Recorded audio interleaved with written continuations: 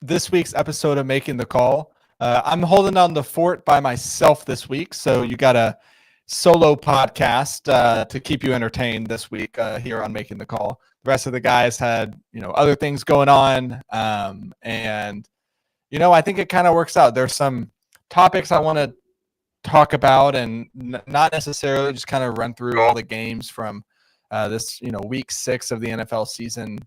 There is some football topics that we'll get into, but then there's also some other things. And so it won't be, well, you'll know this because you're listening to the podcast, so you know how long it is. It won't be our typical length. It won't be, hour and a half. I just got a few things that I want to dive into, and then we'll just call it a week. And we'll have, much more of the crew on next week, breaking out all the action from week 7 of the NFL season. And so what's on the docket for this week? We're going to start off with the Cowboys, specifically Jerry Jones. And just, I've got a lot of notes, a lot of things that I've pulled to try to tell this story. And so we're going to spend quite a bit of time at the top talking about that. On top of all that, we'll also talk Amari Cooper getting traded to the Bills, Devontae Adams getting traded to the Jets, and what that means for both of those teams and those players specifically. I've got a few thoughts on just kind of this NFL season as a whole. We'll talk a little playoff baseball. We'll talk a little bit about the Mavs and the upcoming NBA season. And that, I think, will be the podcast. So let's start with the Cowboys. I know that we've got a lot of Cowboys fans that listen to this podcast. I've got a lot of Cowboys fans in my life. I'm a Cowboys fan. Austin is a Cowboys fan. I grew up, I live in, the Dallas Metroplex, grew up in Dallas. My whole family is Cowboys fans. So the Cowboys are always in the news, sometimes for better, sometimes for worse. But the latest thing that the Cowboys are in the news for is Jerry Jones went on 105.3 The Fan, which is the station here in Dallas that actually broadcasts the Cowboys games. And he goes on there twice a week to do interviews. You'll find that he's probably the only owner. Actually, I can say this with certainty. He is the only owner, and probably in all of sports, but certainly in the NFL, that does 2 radio interviews each week. And it's a recurring thing.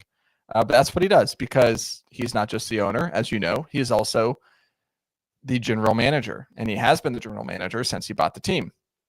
Or at least has retained that title, right?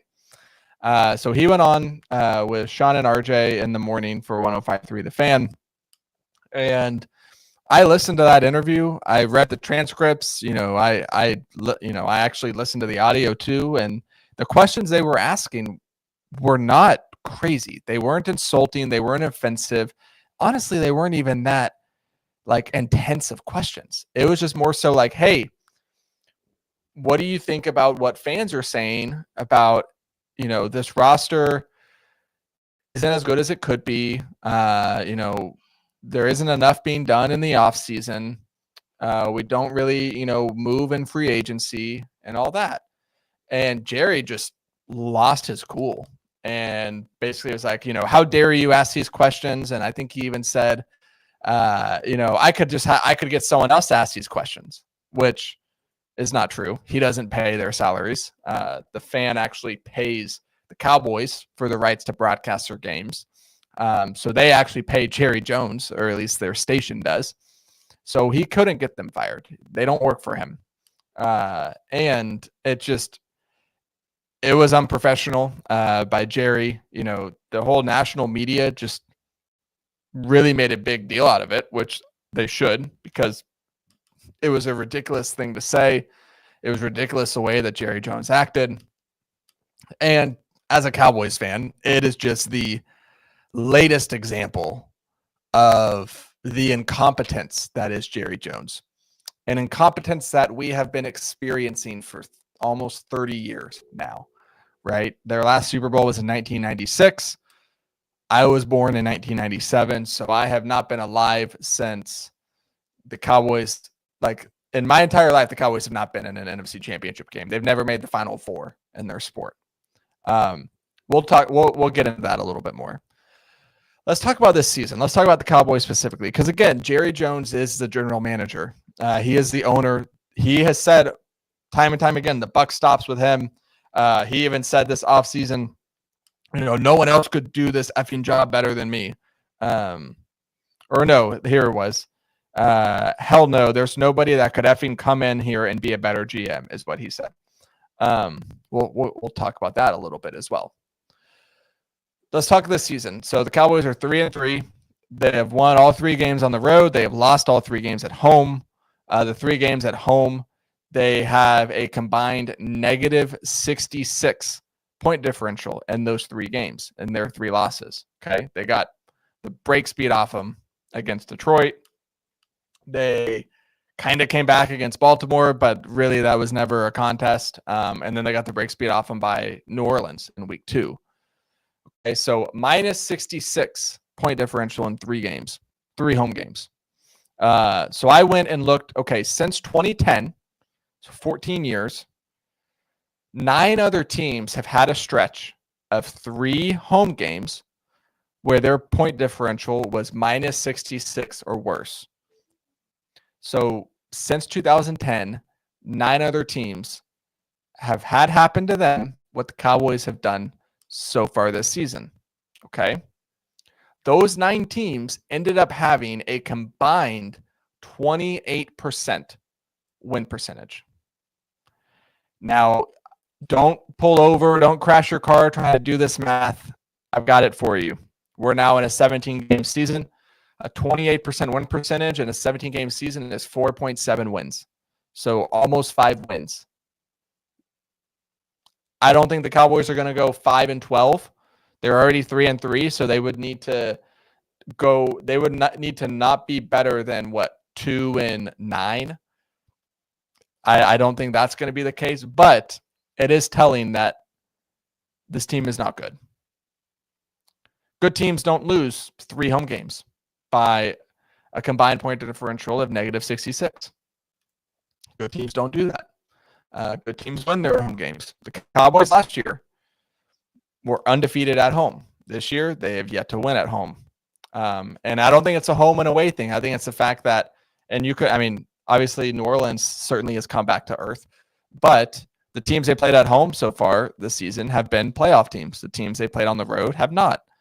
Pittsburgh, New York, and Cleveland. At home, it's been Baltimore, New Orleans, and Detroit. There's a big difference there, right? I'm not surprised. We tried on this podcast, I remember in the NFC East preview, we tried to tell y'all going into this season that this is a bad football team. I knew it was a bad football team. I knew there were deficiencies on the roster. I knew that it was very star heavy. And if you just suffered a couple injuries, you didn't have the depth, you didn't have the pieces to sustain that. They've suffered a couple injuries and an already bad defense has gotten worse. So the fact that the Cowboys are not good is not a surprise. I expected it. Okay. And I hope you did too. I hope really, I hope if there's one thing that we've done here at Making the Call is tried to convince Cowboys fans to not be so delusional. I know even I will fall victim to that at times, but I'd like to think that I've gotten better over the years. Maybe just more cynical. Maybe that's it. Maybe it's the fact that I look at the other teams in the Metroplex and be like, out of all the teams in the Dallas-Fort Worth area, why would I let the Cowboys get my hopes up? Rangers, sure, they won a World Series. Mavs, sure, they were just in the NBA Finals. They were in the conference finals 2 years before that. Stars, they've been in the Western Conference Finals, I think, 3 years in a row now, or maybe they're trying to make this year their 3rd year. Haven't lost a game, by the way. You can watch all those games for free on Victory Plus. Just a quick shout out for that because it's awesome. But the Cowboys, I did not get my hopes up. The Cowboys were dead last this offseason in free agency spending. All the free agency deals that they did were all 1-year contracts, and it totals like just under $21 million. And you might think, well, hey, who are the teams who were at the top of free agent spending? Certainly, free agency spending doesn't always equate wins. Well, yes, you're correct. I believe the first one in free agent spending this offseason was the Titans. They're obviously not doing that well, but okay, here it is right here. Titans, 314. This is in total contracts, like total contract money given out in free agency. Titans were first at 315 million, but then you look, okay, Chiefs are 6 at 226 million. Let's see, the Texans, 197 million. Washington, 175 million. The Rams, 175 million. The Vikings, 172. The Bears, 146. The Ravens, you can't blame, we're paying our quarterback all this money. The Ravens spent 142 million. The Eagles, 137. The Cowboys, $20.795 million. Dead last. Next up was the Saints at 31. Okay, so 50% more than what the Cowboys spent. They don't operate in free agency. They play the game of building a football team with that hand tied behind their back. They also don't make good trades. The Amari Cooper trade, we're going to talk about that in context of the Bills, but to give you some context, because maybe you don't remember the details, Amari Cooper during the COVID season had to miss a few games because he had COVID. He also refused to get the COVID shot, refused to get vaccinated. And Jerry Jones did not like that. He thought Amari Cooper wasn't being a team player. It rubbed him the wrong way. And so Jerry Jones said, okay, well, he's not a Cowboy. This isn't the Dallas Cowboy mindset, and ships him out to Cleveland for a 5th round pick. Amari Cooper 2 years later, actually, was it 2 years later? Yeah, 2 or 3 years later. Now that he's 31 or 30, gets traded again from Cleveland to Buffalo for a 3rd round pick. So 2 years older at the wide receiver position, Cleveland got a pick 2 rounds better than what the Cowboys got for Amari Cooper 2 or 3 years ago. They don't make good trades. And the guys they trade out is because it's the guys Jerry Jones doesn't like. The guys they give money to are their own guys, guys that they draft and develop, and it's the ones that they like. They give Terrence Steele a big contract because they like him. He's a Cowboy.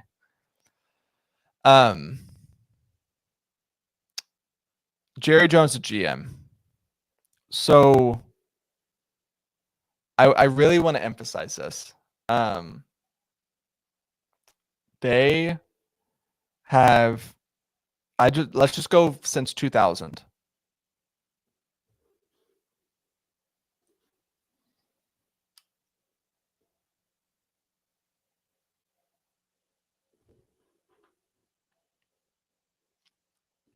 NFL teams with the least playoff wins since 2000. Washington, Cleveland, and Miami have 1. They each have 1, okay? Detroit has 2. Both of those were this last year when they made it to the NFC Championship game. Chicago has 3. Jacksonville, Las Vegas, and Dallas all have 4. That's the bottom, okay? So that's what, 8 teams that have 4 or less playoff wins since 2000 in 24 years. Dallas is tied with Jacksonville and Las Vegas for 4, with 4. Of those teams, here is the number of general managers since 2000. Washington has had 9. Cleveland has had 10.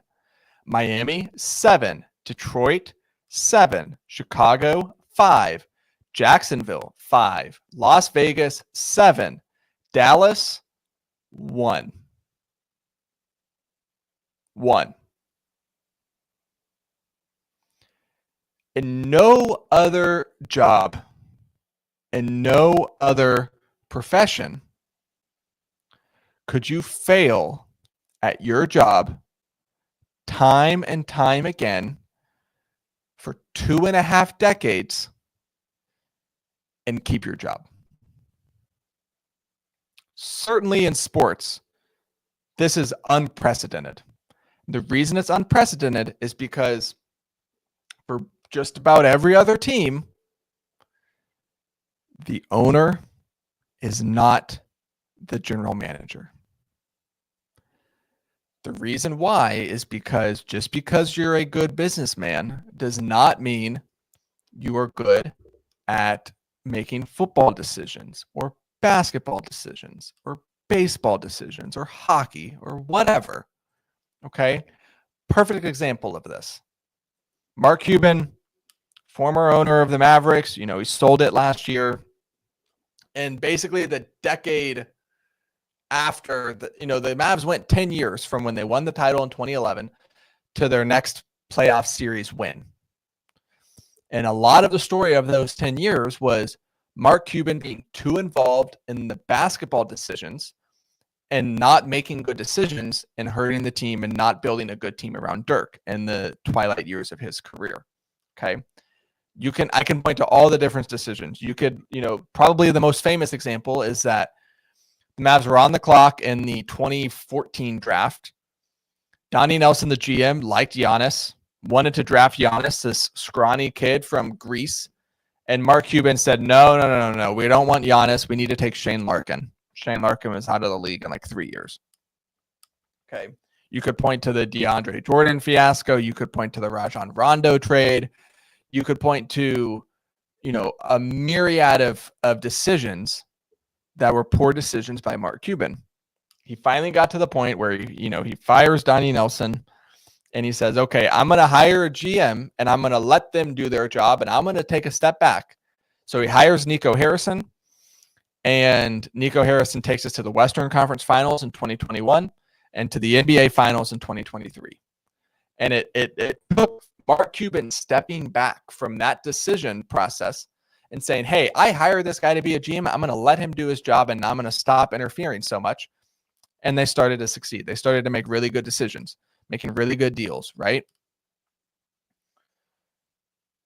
Jerry Jones, the problem is not necessarily Jerry Jones, the owner.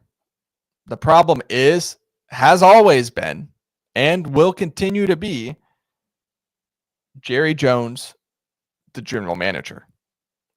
Because, again, in no other job can you be incompetent for 2.5 decades, keep your job. And you can look in the NFL, the teams that are at the bottom, just like Dallas and playoff wins, have had GM turnover in 2.5 decades. And in the case of, Washington or Cleveland, like Cleveland's 10 times. So on average, every 2.5 years. Washington is 9 times. Even, Chicago, 5 times. So the fact that Dallas is 1 is a problem. And I wish, honestly, Cowboys fans, I wish that there was some hook to this segment, to this podcast. I wish there was, I could say, hey, it's going to get better. There's a light at the end of the tunnel. Because, not to be morbid, but like Jerry Jones is 80, what is he now? 83, 82? I know he is a month older than Joe Biden. And he just had his birthday. So he's 80. Yeah, he's 82. When he's gone, Stephen Jones will become, the new owner and the, general manager. And Stephen Jones is, it's like father, like son. The apple did not fall far from that broken tree. So I don't see it getting better. I really don't. I think the expectation is this team is going to continue to be run poorly. Every now and then they'll luck into a 12-win season and a first-round playoff loss or a second-round playoff loss. But you can't expect them to get over the hump until they are actually trying to put together a winning football team. And for 2.5 decades, they have not tried to put together a winning football team. They haven't. I could make this segment way longer of explaining why, but they haven't. Now, as far as this season goes, as far as kind of what we should be rooting for, I think if you want to have any sort of hope for change, the situation needs to get a lot worse. It needs to get much, much worse. The reason Jerry Jones lashed out on the radio on Tuesday is because he's feeling the heat. He's feeling the criticism for maybe the first time in 2.5 decades. That temperature needs to keep rising. On top of that, the only thing Jerry Jones cares about and the only thing Stephen Jones cares about is money. They don't care about Super Bowls. They'll lie and say that they do. Jerry will say, hey, I'll write whatever check I need to win a championship. That's not true. I just read off the free agent spending. He's not writing checks. He runs a cheap organization. He is a greedy Scrooge of a man. All he cares about is money. So if you want to try to get to him, you have to hit him in the pocketbook. What does that mean? Okay. You can keep watching them on TV because TV revenue is a set amount that's shared among all 32 teams. Okay. Jerry Jones doesn't get more money because more people watch the Cowboys. Okay. It is a peanut butter spread across the 32 teams. So you can keep watching the games. Don't buy jerseys. Don't buy hats. Don't buy shirts. Don't buy pullovers. Don't buy any apparel of any kind. Okay? Do not rep the star at all. Don't buy things. Don't go to games. Don't pay for concessions. Don't give Jerry Jones a dime of your money. Because you might only be willing to spend a dime, he's going to ask for $1 because that's what he does. Don't do it. Watch the games, and that's it. Or don't watch the games. If you want to be out on the Cowboys, be out on the Cowboys. That's fine. I'm as least interested in the Cowboys this season as I've ever been, so I get it. The NFL is still really fun, and I'll get into that. But if you want to be on the Cowboys, that's fine. This is a bad football team. It's a shame because there's players on this team that I like. You know, I'm a big Dak guy. Dak is someone I've defended on this podcast many, many times. It's well documented. But this is a bad team. It's a bad team. Top to bottom, it's a soft team. The coaches are soft. Coaches aren't good. Most of the players aren't good. The owner is probably the worst owner in the NFL. So I'm disinterested. If you are, that's okay. Watch the Mavs. Watch the Stars. Watch the Rangers when they come back. Watch other NFL games. Throw on Red Zone. You know, just enjoy the league because it's really fun, especially this season. I mean, we had 2 big wide receiver trades on the same day. And there's a lot of exciting teams. There's a lot of exciting players. So you don't have to let the Cowboys dictate your NFL watching, because if you do, you're putting your joy in the hands of Jerry Jones. And I'm hard-pressed to find someone worse to put that hope and trust in. Other NFL news. So I mentioned Amari Cooper got traded to the Bills. Davante Adams got traded to the Jets. Interesting moves. You know, I honestly, I like the Amari Cooper move for the Bills a lot more. I think it's more impactful because of the receivers Buffalo had. You throw Amari Cooper into that mix. Now they've got a guy. They didn't have a guy before. They had, you know, Mac Hollins, Khalil Shakur, rookie Keon Coleman, you know, tight end Dalton Kincaid, who's a nice player. But Amari Cooper is still a really good football player. So I'm excited to see what he does in Buffalo. I'm really high on what that's going to look like. And honestly, I think that does change the ceiling for Buffalo this season. I still thought they were a contender, but now I think there's no doubt they're a contender. Like, there's no doubt they could beat Kansas City in January if it comes down to it. I don't know if they will, but they could. The Davante Adams thing, I don't know, man. This doesn't really move the needle for me. It's not because of who Davante Adams is as a player. It's the fact that I don't think a receiver fixes the issues in New York. Like, is New York winning one more game this season with Davante Adams? I don't really like one more game than what they were already going to win. I don't think so. I really don't. Like I don't think Davante Adams fixes his team. You know, I've seen some people joke that like the Jets trading for Davante Adams is like two people having a baby to save the marriage. It's not. This is Davante Adams isn't going to fix everything in New York. He's just not. Like they've got problems on defense. They've got problems on the offensive line. They've got problems from a play calling standpoint, and none of those things. Davante Adams isn't calling plays. He's not run blocking, and he's not playing free safety. So I don't understand how he fixes this. So my official take: love the Amari Cooper deal for Buffalo. Davante Adams deal. I mean, I don't know. It doesn't really do anything for me. All right. I mentioned that the NFL is still really fun this year because it is. So far, there's 18 teams with a positive point differential. After week 6 in the past few years, that number has been 16 in 2023, 14 in 2022, and 17 in 2021. So it is a higher number than the last 3 seasons. There's just a lot of we had a bit of an offensive explosion in week 6, which was really cool, but there's just a lot of fun teams. You just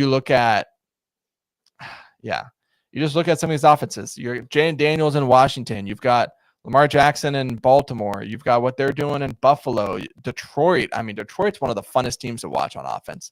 Maybe that's just the case when they're just curb stomping the Cowboys, but they're really fun. Houston's fun. Even Caleb Williams in Chicago. Obviously, the Vikings, the undefeated Vikings, can't forget about them. But there's just a lot of really fun teams. Good offenses. There's good defenses. And it just feels like it's really exciting games any given week. Playoff baseball. So we got the pennant series going on right now. In the American League, you've got the Yankees versus the Guardians. Yankees are up 2-0. And then as of, currently the Dodgers and the Mets are playing game 3. That series is tied 1 apiece. Let me check a little live score. You're already going to know the result of this game. Dodgers are up 2-0, bottom of the 3rd. So I've been enjoying the playoff baseball. I'm going to go watch this Dodgers Mets game as soon as I get done wrapping this podcast. But playoff baseball just rocks, man. The Mets, a really cool story. I'm still holding out hope that Cleveland can make it competitive against New York and maybe even steal that series. Where I'm at is just don't let the Yankees win championship. I'm even okay with the Dodgers winning. Just I don't want the Yankees to win. I really don't. Like the Astros are my least favorite team. The Yankees are number 2, and they'll always be number 2. So that's where I'm at. I'm okay with any of the other 3. I think preferably I would prefer the Guardians just because smaller market, certainly smaller payroll than the other 3, and big Jose Ramirez guy. Cleveland would be really cool, but if not Cleveland, just anyone but New York is kind of where I'm at. This upcoming NBA season. So we'll talk about it in more detail. We'll try to do kind of like an NBA preview. Maybe next week, we'll see. But I just can't wait for the Mavs. I don't know about you guys, but I'm so excited for this Mavs season, especially coming off the finals run that they had last year. I think this team's going to be really good. I really do. I think this team's going to be better than last year. The case being is if you look at, the players going out and coming in, they got better. You just think in totality, you lose Derek Jones Jr., Josh Green, and Tim Hardaway Jr., and you replace them with Najee Marshall, Klay Thompson, and Quentin Grimes. Upgrades at every step.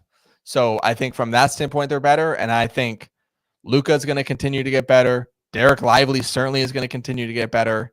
You get a full season with PJ Washington and Daniel Gafford. I don't understand, barring significant injuries, how this team isn't significantly better than they were last year, at least in the regular season, right? Once you get to the playoffs, the West is pretty loaded, so we'll see. Speaking of the West, the darling going into this season, if you've been paying attention, is Oklahoma City. It is. People say they won the offseason. They are everyone's pick to win the West, to have the number one, seed in the Western Conference. All this buzz and hype around the Thunder. Guys, they have the second best title odds behind Boston to win the title this year at 6-1. And I promise this is not Andrew being a hater. I just don't get it. I'm not buying it. I'm really not. They had an unbelievable amount of injury luck last season. They were by far the healthiest team in the regular season. That's you don't really repeat that year after year. And me being down on them is not even purely based on that. I just think the West is really good, and I think they benefited from playing a lot of really good teams during the regular season that were missing guys. And I think it was kind of this young and exciting thing for Oklahoma City. And then they got to the playoffs and they got worked by Dallas. They did. No one in that series showed up other than SGA. And that was very telling to me, not just about who SGA is as a player, because I think it's really good, but also all those other guys. And I know they got Caruso. I know they got Hartenstein. But I don't know. Maybe I just need to see it. Maybe it's just like I'm a late adopter for this Thunder hype, but I have a hard time believing it. I don't think they're going to be the 1 seed. If I had to guess, they'll be a top 4 seed in the West. They might be 3rd or 4th, but I don't think they're going to be a 1 seed. I would take the under on their, win total. I wonder if I can try to find what that is, but that's kind of where I'm at with them. I think Denver seems shaky in the West. I think Minnesota will take a step forward, mostly because Ant is going to take a step forward. And I'm all in on the Knicks. I'm not a big fan of Karl-Anthony Towns, but the Knicks in totality, it's mostly a Mikal Bridges thing. Like, you add Bridges to that team, I love it. Absolutely love it. So the Knicks, I think, are going to be my pick to come out of the East. I think they can beat Boston. I really do. All this is determined by injuries, right? That's kind of how it always comes down to in the playoffs. But I'm excited for this NBA season. I think there's going to be a lot of really fun storylines.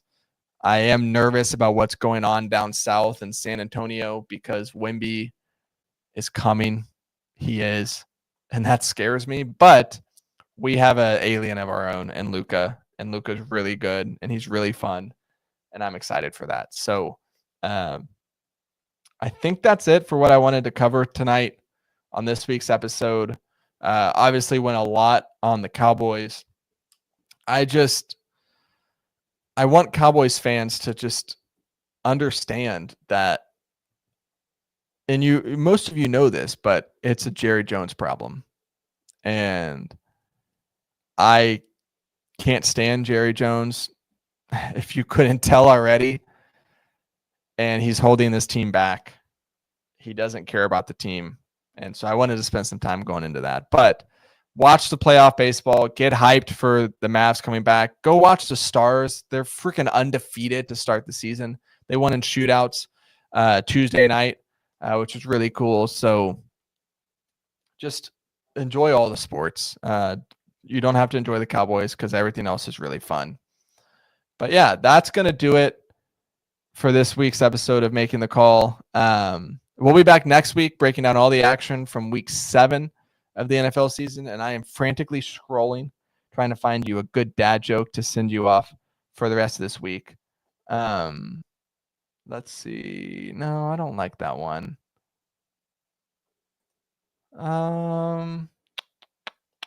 No, man. Okay, these are some bad ones. Man, goodness gracious. All right, let's do this one. My wife divorced me when she found out I only had 9 toes. She is lactose intolerant. All right. I hope everyone has a fantastic rest of your week, and we'll see you next time.